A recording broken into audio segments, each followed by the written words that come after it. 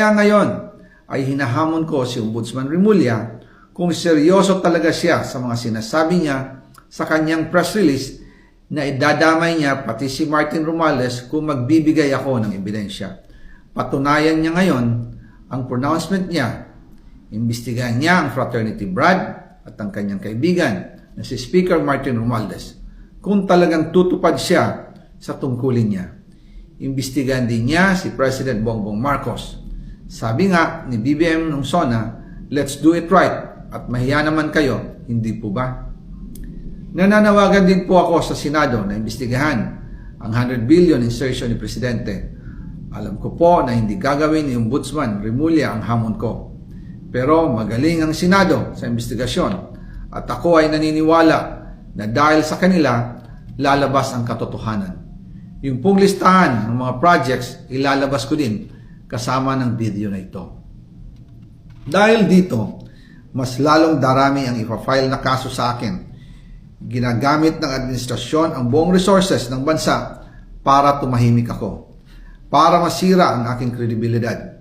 Darami din ang banta sa buhay ko at ng aking pamilya. March 2025 pa lang, si Speaker ay nagpaparinig na sa akin sa aming meeting that he will shoot me if I will talk. At pagkatapos niyang sabihin sa akin in a phone call na, don't come home, we will take care of you, tumawag ulit si Speaker Martin at sinabihan niya ako na pag umuwi ako will be dangerous. Kasi they might hire someone to do a rub out on me or hire the police to kill me while in jail. Una pa lang ito sa mga gusto kong ibunyag. Marami pa akong dadalhin sa liwanag. Isa na dito ay yung kay Henry Alcantara, ang DPWH boys, ang sinasabi nilang halaga sa ICI ay 21 billion. Hindi po totoo yan.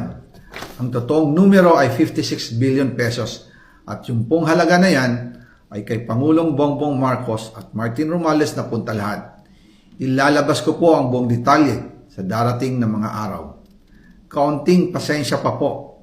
Sana po ay hindi nila ako mapatay bago ko mailabas ang lahat. Sa inyong lahat sa Pilipinas, lalong-lalo na sa aking pamilya, taos puso akong humihingi ng paumanhin.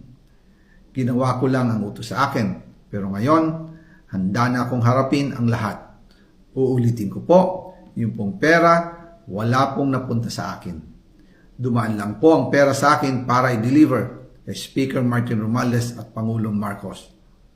Salamat sa inyong pag-unawa.